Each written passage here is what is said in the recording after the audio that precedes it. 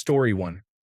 If being a woman means having everyone observing what you are doing, how you look, if you are smiling enough, how you dress, and what you do with your body, then being a man is the opposite. No one cares about you. Story 2. If you aren't a beast of burden, then you're the burden. At least that's how it feels. My wants often get relegated after everyone else's for some reason, and I better not complain about it. I swear my wife will wait until I have a day off and then force me to accompany her for tasks she could have done alone in an hour at any time.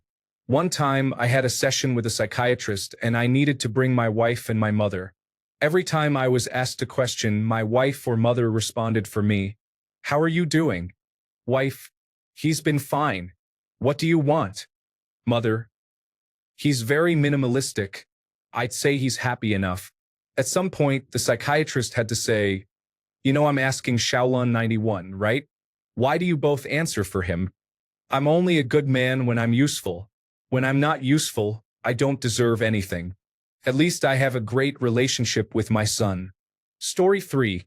It is great if you can fulfill society's expectations of masculinity, but it can be terrible if you fail. There is often nothing in between. Story 4. Each gender has its pros and cons. However, the hardest part for me is when women believe that all men are the same. Often, they spend their time trying to confirm that belief instead of seeing each man as an individual with unique characteristics. Story 5. Personally, I am increasingly discovering that the only way to have a good life as a man is to abandon most of what society defines as being a man. The enforced stoicism and lack of vulnerability create an incredibly isolating and emotionally restricted existence. A significant part of societally defined masculinity is a miserable and restrictive cage. It is not easy to break out of that mold due to internalized and external prejudices, but I see no other way. To live as I am expected to would mean living in quiet desperation. Story 6. A 40-year-old man behaves differently than a 16-year-old boy, but a group of 40-year-old men behaves the same as a group of 16-year-old boys. The only difference is more money and back pain. Story 7. My fiancée, who has been my girlfriend for 3 years, just told me over the phone that she hasn't been attracted to me for months and isn't sure if she still wants to be with me. However, she insisted that it's not me, that I've treated her well, and that I've done nothing but try to help her and be there for her. Yet, she doesn't know how to make herself feel attracted to me in any way. That's what it feels like to be a man. I thought I had found the one. Just 2 days ago, she was asking when I would give her a baby and start our family. Now, I am faced with the prospect of moving back into my dad's house at 23 and starting over completely. I am not even considering giving up my house and all the pets we have together. Story 8. As a man, there are at least 2 aspects of being a man. Myself as a man and others as men. For me, being a man seems to be about navigating situations where men are expected to perform well. For example, I'm married, and my wife wants me to be the handyman. After all, her father is an excellent handyman, and his father was a carpenter. However, I don't want to be a handyman. I understand that I need some skills to accomplish what I want to do, but I don't want to be relied upon to fix things that break just because of my wife's learned helplessness in thinking it's my job as a man. I spend a lot of time pushing back against such expectations. Conversely, I want to cook, but my wife prefers to cook. I enjoy making butter chicken far more than I enjoy mounting televisions. Yet, my wife has the expectation that she's supposed to cook for me and takes great satisfaction from doing so. That's fine, but I also take great satisfaction in cooking for myself. In short, for me, being a man involves pushing back against the expectations of being a man. Regarding my view of others as men, the internet is filled with insecure boys pretending to be men who complain about everything. These individuals frustrate me. In real life, I do the usual nod of acknowledgement and go on my way. Story 9. The cons vastly outweigh the pros. It's lonely, cold, and suffocating. There is no room to voice your feelings or opinions. You have to create your value because it sits at 0 in society's eyes, and that value is based on what you can provide to your loved ones and others. People treat you like a fantasy monster, and nobody checks them for that disappointing way of thinking on social media and in real life. In fact, they encourage it. I've been seeing this since I was a freshman in high school and over time grew numb to it. It is very disheartening because I have to navigate my younger male cousins around it so they don't become bitter and hateful. It feels like my friend group of 8 guys in our late 20s to early 30s are hanging on by a thread because we know deep down that the possibility of owning a house and having a kind partner is very slim. Some are working 2 jobs just to keep up with rent, and others are constantly looking for a better paying job. If I didn't have my friends, I wouldn't be here right now, and the same can be said for them. I am just tired of it all. I just want to feel loved and desired. But in the same breath, I love being big, tall, and strong. Lifting heavy objects, building, and reaching high places for others brings me joy. When something needs to get done, people always come to me for help. Seeing people happy and thankful for the things I've done for them makes me feel really good. Story 10. Being a man can be emotionally numbing. Men often lack the support networks that women have. They are expected to simply pull themselves up by their bootstraps or just work harder. Story 11. There is an expectation to be strong all the time, not just physically but emotionally. You are taught early that crying is weakness and that vulnerability makes you less of a man. As a result, you bottle things up. You do not ask for help, even when you are breaking inside. You learn to stay quiet because being too emotional or too open makes people uncomfortable. Can also be lonely sometimes. As a man, people often assume you are fine even when you are not. There is less space to talk about your feelings or struggles. Friendships can be shallow unless you really push past the surface, and even then, it is rare to find someone you can fully open up to without judgment. However, there is also pride. Pride in being dependable, in being able to protect, provide, and support others. There is a quiet joy in showing up for people who need you, in being the rock, the safe place. The challenge is learning to also be that for yourself, to hold space for your own pain and your own healing. Being a man is not one-dimensional. It is a struggle between what you feel and what you are told you should feel. But I am learning that true strength is found in honesty, with yourself and with others. Story 12. Feelings cannot be expressed because they are not taken as seriously as women's feelings. Recently, with the trend of not needing men, they seem invisible. Story 13. I don't have a negative answer, and it seems I'm in the minority. I love being a man. I've been blessed with incredible relationships, beautiful women, great adventures, and amazing stories. I love being tall and strong. I enjoy eating large amounts of food, and I feel proud to express myself in public. I love fighting imaginary dragons with swords and shields, and I love life. Story 14. Some days a man just needs to play with some Legos, get lost for hours in a video game, or simply spend time with his friends. Sometimes that feels like the bare minimum to ask for after a tough week. Story 15. It is frustrating because everyone expects you to deal with everything on your own as a man. You can't cry or ask for help too often, and you should always be ready to fight with little room for emotional growth. Many parents excuse their child's poor behavior by saying, "Boys will be boys." But at some point, they stop being boys and become men without a proper understanding of emotions. This often leads to either depression or an inflated ego. Recently, I started going to therapy, and now I realize how much my partners and I would have benefited if I had worked on my emotions instead of bottling them up. Story 16. Basically, you wake up and people ask you to do tasks all day, so you have to fit that in between work and smoking. Story 17. As a gay man, I empathize with straight men in many ways. Straight men can be ostracized for wearing certain jewelry, clothing, engaging in specific activities, or enjoying particular music. Showing emotions and being open is often viewed as a weakness. Expressing admiration for a woman can sometimes be considered inappropriate. Honestly, that's just nonsense. I can wear a pink tank top while rollerblading and listening to Britney Spears without a care in the world because I don't have to maintain an overly masculine image, even though I am strong and confident. A straight man orders a fruity cocktail and suddenly he is perceived as weak. Here's a note to all straight men. Every now and then, have the courage to step into a gay bar just for a drink and loosen that top button. People will compliment you, show interest in you, and buy you drinks, as it should be. Wherever you are, you're doing great, and we appreciate you. Keep it up. Story 18. Feelings are gendered. Sometimes I get emotional, but that doesn't mean I tap into my feminine side. Everyone has the same emotions. Wanting to be held doesn't make me girly. It means I simply want to be held. Story 19. We can stand to urinate, and people often don't want to know when we're feeling bad. However, there are many benefits to living in a sexist society, which is also unfortunate. Story 20. No one knows what it's like to be the sad man, to be Batman.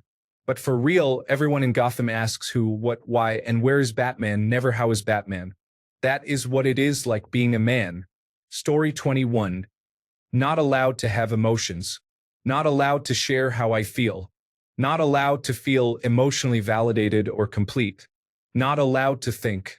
Not allowed to want anything other than what women decide for me. Most men I know are exhausted from the expectations. We are human beings too. In my experience, women tend to take without being willing to give anything in return. This applies to most friends and spouses as well, not just myself. Story 22. Pros. 1. I can lift heavier loads than most females without significant effort. Ability to stand while urinating. Pockets in trousers. No monthly periods. Attraction to girls. Cons. 1. I am categorized with men who misbehave or disrespect women. Risk of prostate cancer. Challenges with dating in general. Difficulty expressing negative feelings. I tend to keep things inside. Feelings of loneliness. Story 23. It has its good sides, like not having periods, which I think is unfair, but I cannot do anything about it.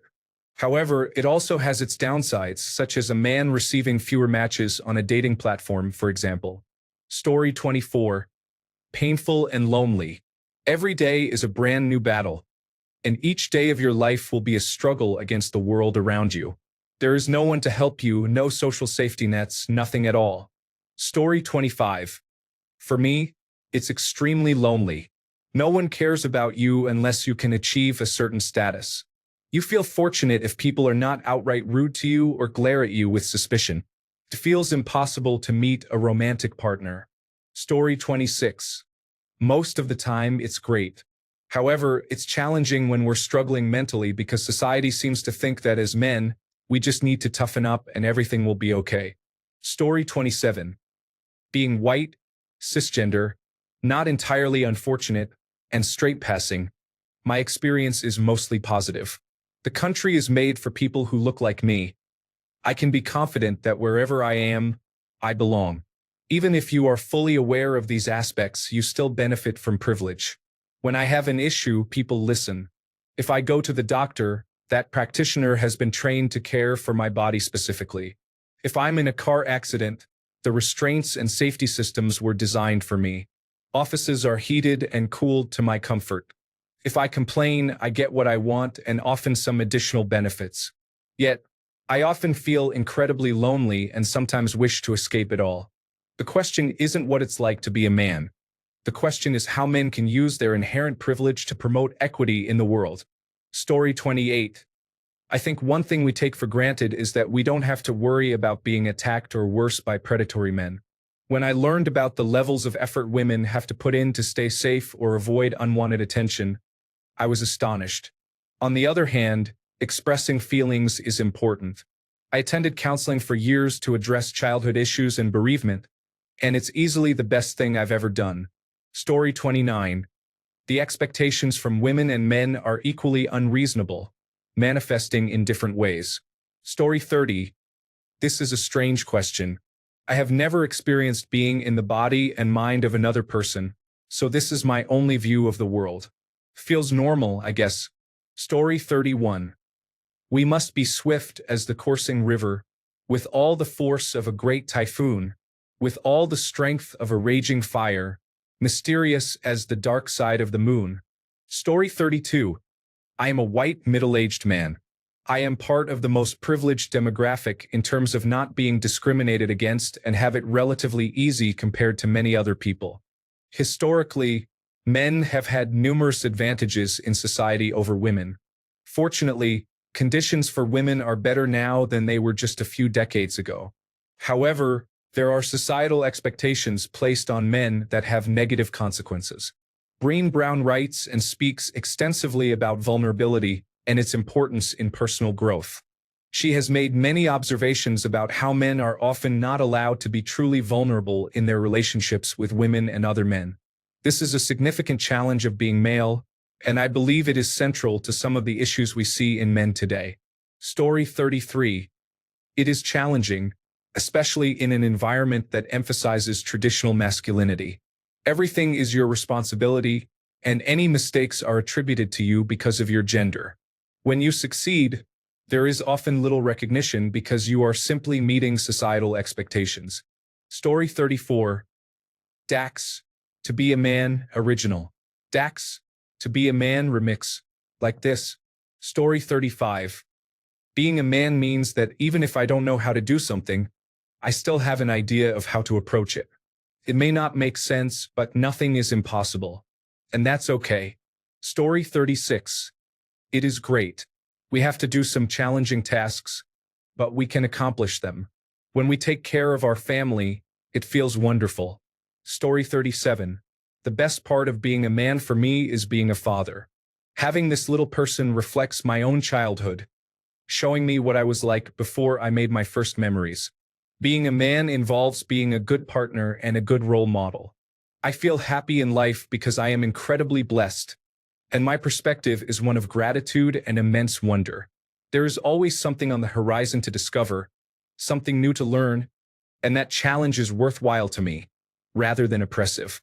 Story 38. As an average-looking guy, I typically need to pursue partners instead of being pursued. Men on average are physically stronger and taller, so jobs that require lifting, applying force, or reaching high places are slightly easier for us, such as manual labor jobs. I find being a dishwasher easier than the elderly lady I work with, I imagine. We don't have to worry about getting pregnant, so sex is slightly more stress-free for us. We don't have periods, which means being sexually comfortable more often as well. We also do not experience menopause, which, combined with periods, typically means less fluctuation in hormone levels. Although research shows that men can experience hormonal fluctuations similar to women, I have limited knowledge of this. I've never felt uncomfortable walking to my car alone, at any time of day or night, as long as there aren't more than two relatively big guys approaching me, since I am 6 feet tall and relatively comfortable defending myself. As a woman, I imagine one always has to be on guard for any individual that approaches. Additionally, our society still noticeably leans toward patriarchy, so aspects like job advancement, job security, and comfort in the workplace may be different for me than for a woman. For instance, a woman in my role might be judged more harshly for her mistakes than I would be. Story 39.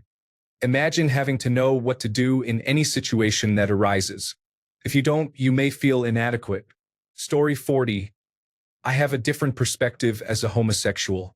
If you present with a limp wrist, you need to learn how to conceal it, as society, especially at a young age, may not take you seriously. You may be marginalized. The only advantage is that some women might at least pretend to be your friend. If you are a gay man, it is advisable to suppress feminine mannerisms because you may not receive that promotion or raise, as you may not be seen as one of the boys. Essentially, you face discrimination from both sides. Story 41. It's like being a woman, except if you are accused, you are guilty. If you have financial problems, it's your fault. Success is hers. If you do something nice, it's assumed you do it because you feel guilty. Story 42. You know that part in Godzilla -1 where friends and strangers are angry that the main character didn't take his own life? It's kind of like that. Story 43. Pros. You can go anywhere without the concern of periods or pregnancy. There is less pressure to dress nicely or wear makeup, though everyone should maintain good grooming habits.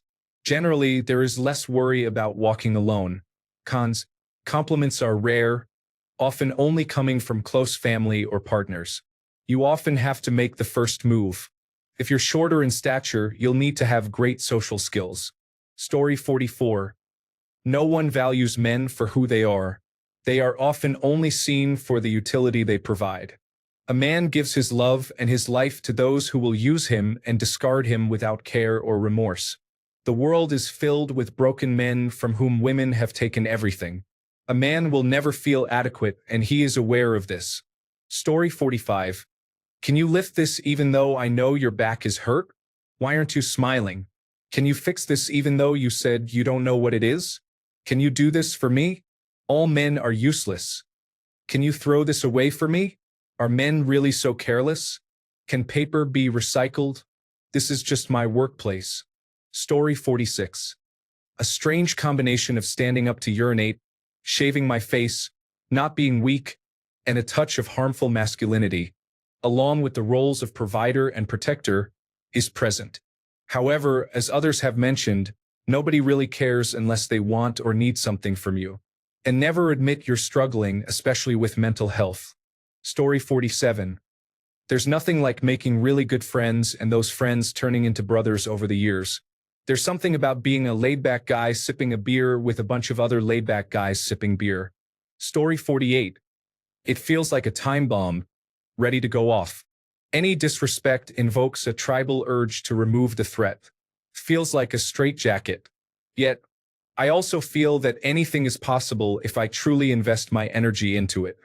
The sexual urge is overwhelming, yet I must remain restrained and indifferent about it.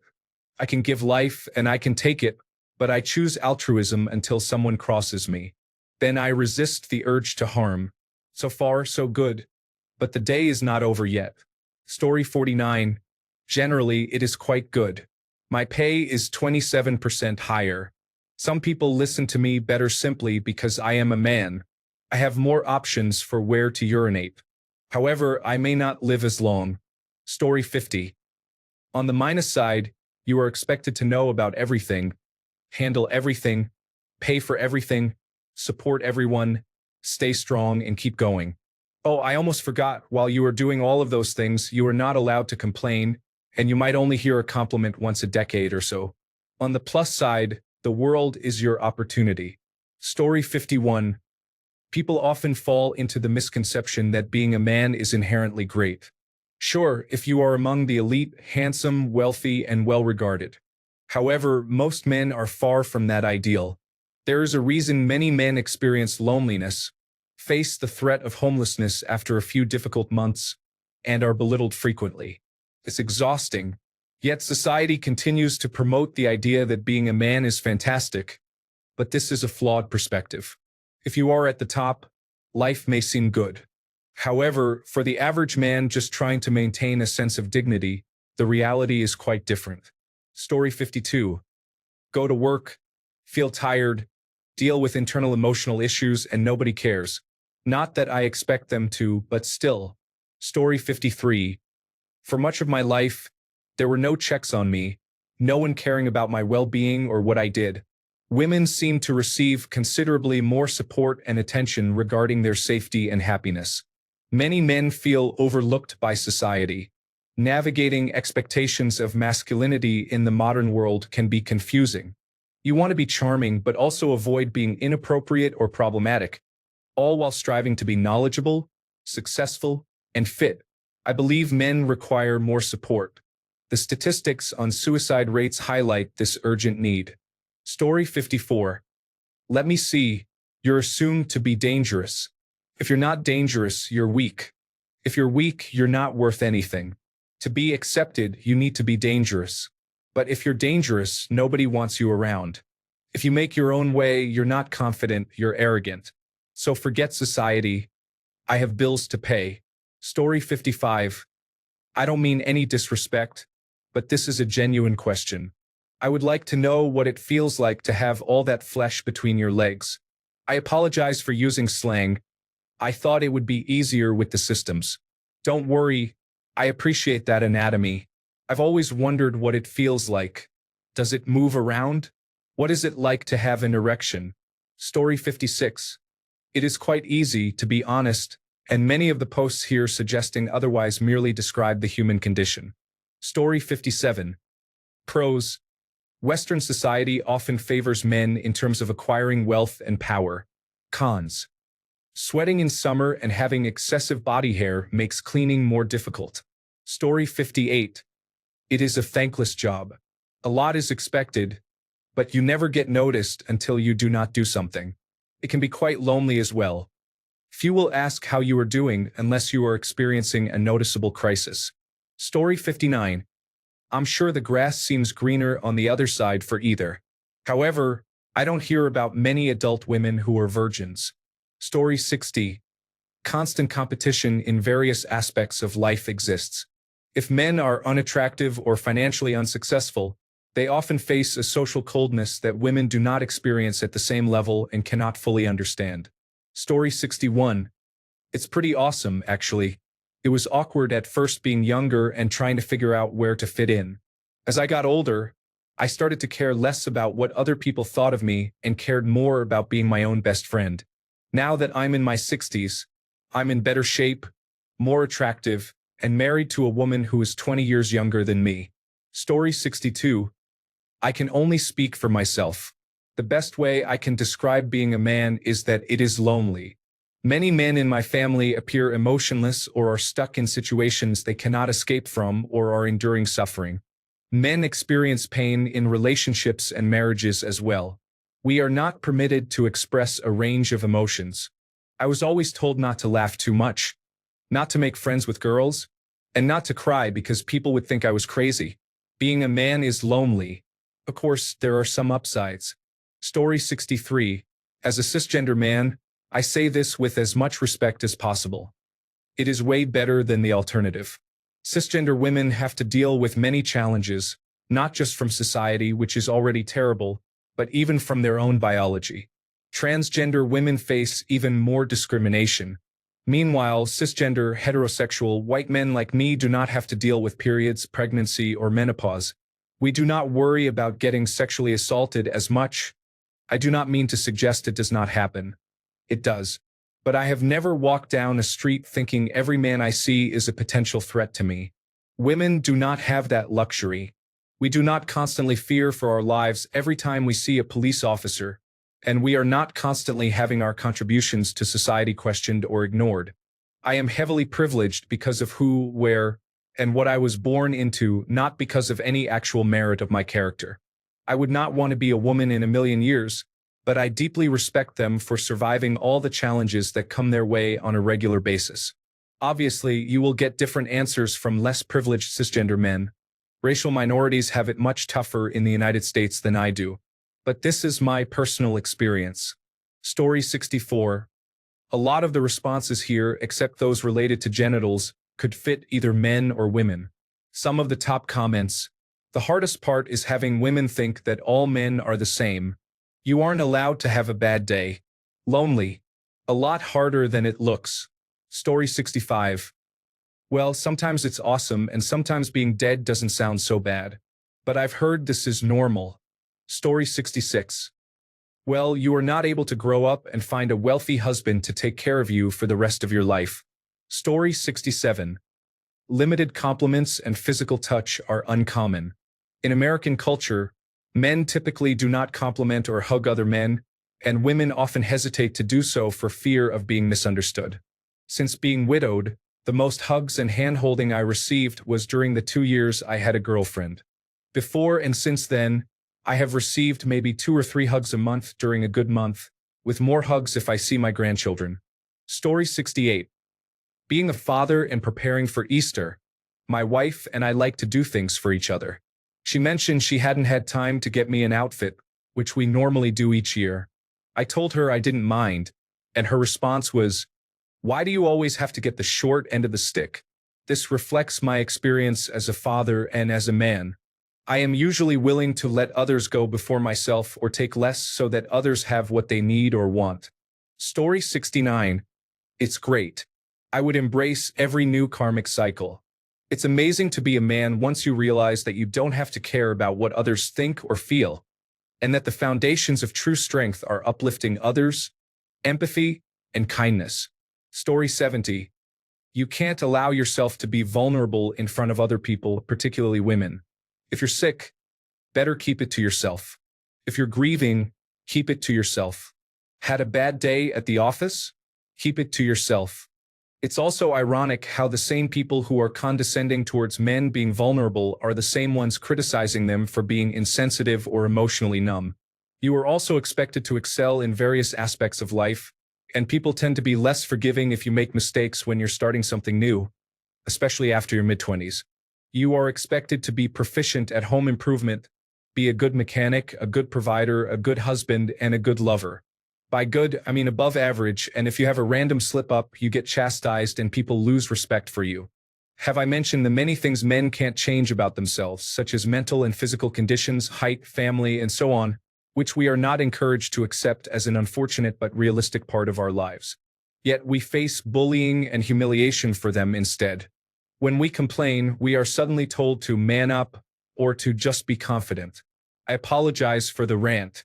I tend to focus on the negative aspects because many women think being a man somehow means that you have won at life or that you are privileged. Don't even get me started on the military draft. Life is not just cupcakes and rainbows. Story 71. I have no comparison for context, but from my experience, it's okay. Things I like. Women tend to like me, and I love women, both platonically and sexually. Women are just the best. Being strong and being able to help others is so rewarding. Being tall, I know that women can be tall and strong too, but men are more likely to be taller and stronger. I like to reach things from shelves for people. I'm 6 feet 3 inches and still need to use my tiptoes sometimes. Teaching others, especially young people. Everything listed here spans both sexes, but I enjoy teaching guys things like basic do-it-yourself projects, car maintenance, and football. Things I don't like. Other men seem threatened by me sometimes, resulting in confrontation. I was regularly labeled with homophobic slurs on nights out because I dressed well and had a good physique. People are afraid of me at times. I look intimidating, not because of my size, but due to sinus issues that give me a perpetual frown. I am actually happy. I dislike seeing people, particularly women, looking scared on dark streets. I hate that people feel vulnerable while out walking and minding their own business. I am sensitive when passing people in the dark and noticing their nervousness. I try to wear bright clothing on evening walks and give a soft hello, even though it probably sounds creepy. I have had negative experiences with women who are too forward. I was regularly sexually assaulted and harassed by groups of women. Luckily, I haven't suffered physically or mentally, but it did have a negative impact on me. I'm in my 40s now, and it's not a problem anymore. In my early 20s to early 30s, groping and unwelcome sexual remarks were common occurrences.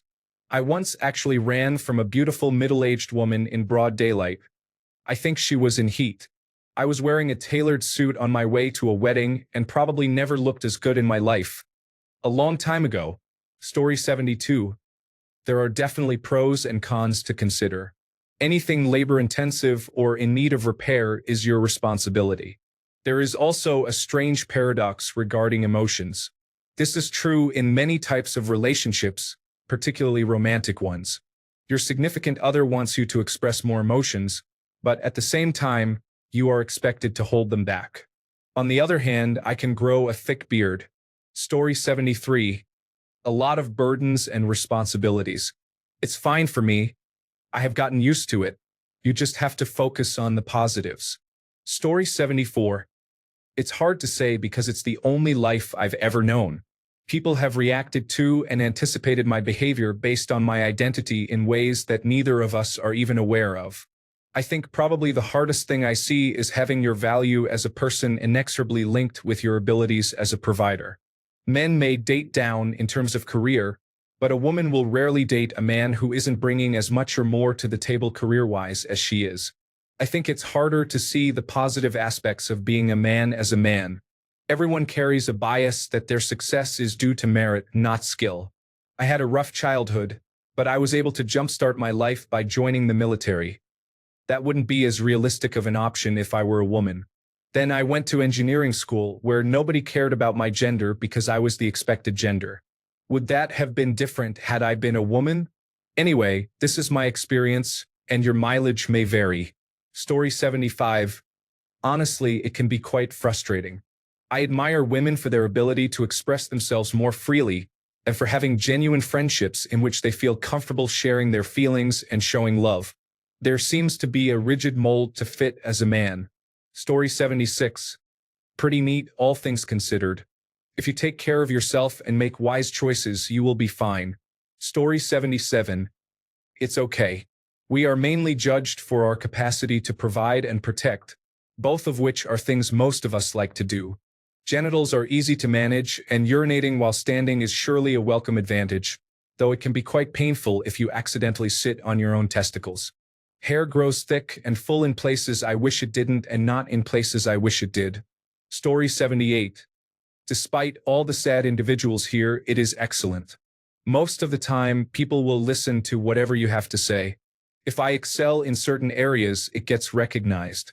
There is no fear of doing things alone or at night, and personally, I never found dating that difficult. In summary, it's great because things function as they are supposed to. Story 79. I also struggle with the same outlook on my strengths as a woman capable of doing masculine tasks. For me, the respect I receive from my son is the most important. Additionally, being called a jerk in the shop indicates that I have been accepted, regardless. Story 80. If you accept your inner child, you embrace a unique aspect of yourself. This is how I have felt, at least. I can be quite playful at times, and I used to feel very self-conscious because of it. Additionally, physical touch is a wonderful way to show you care about someone, and it doesn't have to be romantic. Men can hug too. I love hugging my parents, and I do so frequently. Story 81. Overall, I can't complain. If offered the opportunity to magically switch genders permanently, I would probably say no. What I am tired of is being automatically perceived as scary. I am a tall man, 6 feet 4 inches. People, particularly women, are often wary of me by default. I can't blame them. If I were to act violently, I could cause serious damage. But I notice it every day. Someone sees me and crosses the street, or I can see the nervousness in their movements. Each time, it chips away at my soul a little more, and over time, it has developed into a scar. I don't want to come off as frightening just because of my size. I am a nice person. I try to do good. However, people must act in their own interest for safety, and I am often seen as a default risk if they don't know me. Story 82. If a tragedy happens that affects you and your family, you will be expected to take care of the women in your family and receive very little support yourself. If you don't cry openly, as many men don't, people will assume you're not affected. Some context. I'm non-binary and polyamorous. I had 2 partners and one of them got cancer. Around their families, it was easier to present as a binary man, so I did. Throughout the entire 2 years that partner A had cancer, no one aside from my personal friends online supported me. Partner B's parents came to support them, and I was told twice to take care of the girls, my partners and one of their friends, while receiving absolutely no support myself. It was like no one considered that I might be having the same difficult emotions as everyone else, probably also because I wasn't able to cry in front of everyone like the others did. After partner A died, nobody checked in on me. Partner A's family swarmed to support partner B, as did partner B's own family, but I was very much left alone. Part of that is probably my fault. I withdrew a lot, but who can blame me after I spent 2 years being ignored and burdened with taking care of everyone while my partner was dying? It gave me a lot of insight into what life is like for cisgender men and for anyone otherwise perceived as masculine. Story 83. Great. Learn to heal yourself from your past traumas. Grow stronger mentally, emotionally, spiritually, and physically while not letting a single sabotaging person into your life again to tell you who you are and how you should be in this world, regardless of whether they are a significant other or a family member. You are better than that. Go out and prove to yourself that you are the most important person in your life and that you are worth it while being who you are meant to be, free of any negativity. Stay strong, you got this. Story 84. It's a little intimidating at times when I realize how much stronger I am than every woman in my life. I've put in the effort at the gym, and testosterone plays a significant role. Aside from that, it's wonderful. I can be big and intimidating to protect the people I care about. Story 85. Sometimes it is great and other times it is awful. These experiences are sharply defined. There is rarely a situation that falls in between. I would say it is more great than awful, but that might just be a matter of personal experience. Story 86. You always look suspicious. It does not matter what you do, you always seem suspicious. Walking alone at night? Suspicious. Sitting in a park alone? Suspicious. Story 87. It has its pros and cons. On the positive side, I don't have to worry about getting pregnant or bleeding from my body once a month. I can walk around outside without a shirt. On the negative side, there are certain things I, as a heterosexual male, will never be able to do. For example, I love animals and would enjoy working with them. However, people are often reluctant to hire a 6-foot-tall, tattooed, heterosexual male to dog sit. They prefer a young woman or a gay man. I cannot post a selfie and receive likes to boost my self-esteem. When I feel depressed, nobody pays attention. If someone is going through a tough time, it often goes ignored. We're advised to pull ourselves up and push through it, while women tend to receive more support and understanding. If men cannot cope and continue being providers, they might feel their value diminishes. Men are often measured by their contributions, more so than women, leading to feelings of alienation.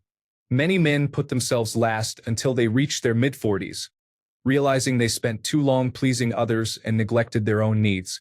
They may forget who they are and feel like mundane individuals, living to sleep, work, and consume. Another challenge of being a man is the difficulty in communicating with women today. Often, conversations are met with suspicion, as if there's an expectation for something more. Story 88. I believe it is a necessity for them. I do not live a very feminine life despite being a straight female. However, letting go of that control can be devastating. I think some of us just get along better with the opposite gender. Story 89. Pretty good. I like it. But then again, I think I just like myself. I believe that is half the battle to enjoying life. Be a good person. Story 90. Honestly, aside from biology, I'm not really sure what part of me is a man. It's not my style of dress, my physical appearance, my interests, or my sexual preferences. I feel like a man, but I don't know how to define that exactly. Thanks a bunch for sticking around till the end of the video. Remember to subscribe, and until next time, stay awesome and goodbye.